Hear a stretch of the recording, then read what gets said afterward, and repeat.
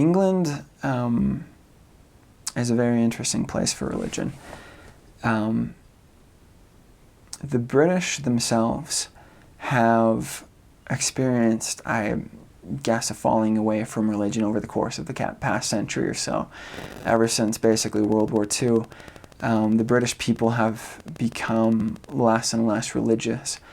But the interesting thing about this is that it hasn't dampened the work of God among the people. An amazing thing I've found serving among the British is that many of the people my age, anyone from like 25 or younger or so, had been raised without ever learning about God.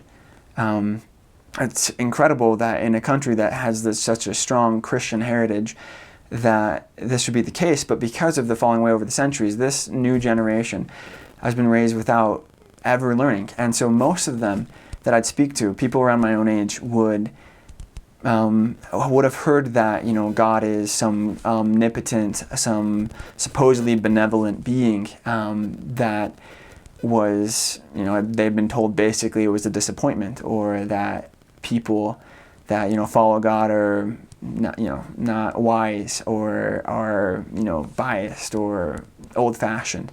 But they would have learned absolutely nothing more about God. And when I first got there, I thought that was a little bit, that was different, and that was hard for me to realize that. But once I recognized that, in a large part, the reason why these people didn't believe or didn't have God as part of their life was simply because they had never, ever had it explained to them.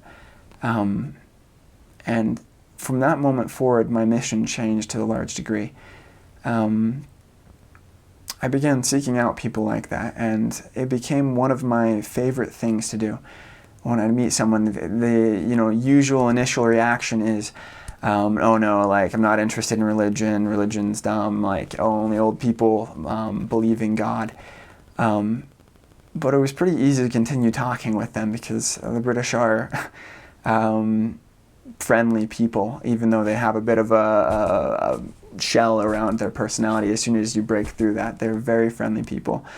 As soon as I would start getting to know them, I loved explaining to them the very first principle in the first lesson of Preach My Gospel. So simply the nature of God.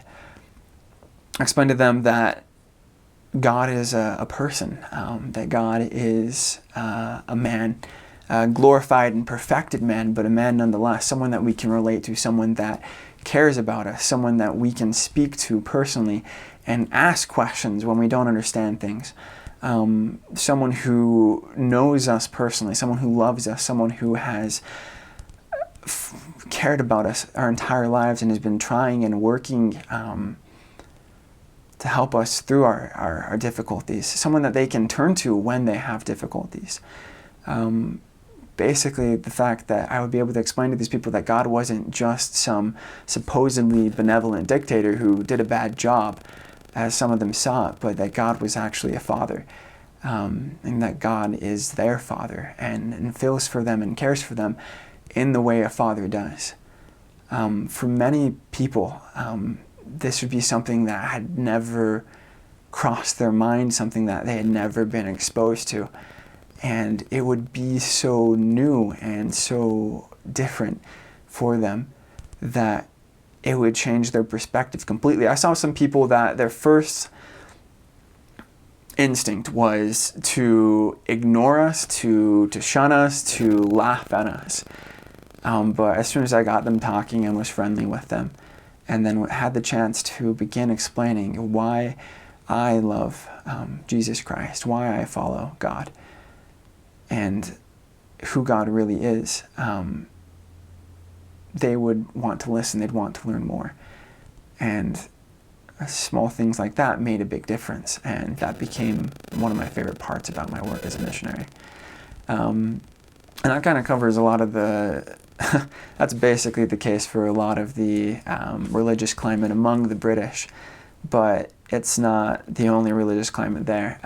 There are still some strong Protestant and evangelical groups in England. I met with plenty born-again Christians or evangelicals, especially with the influence of immigrants. A large majority of Londoners are from Africa, or are second or third generation from Africa.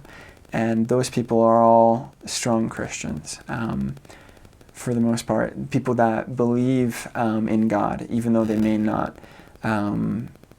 Some of them participate strongly or heavily in their churches, some of them don't.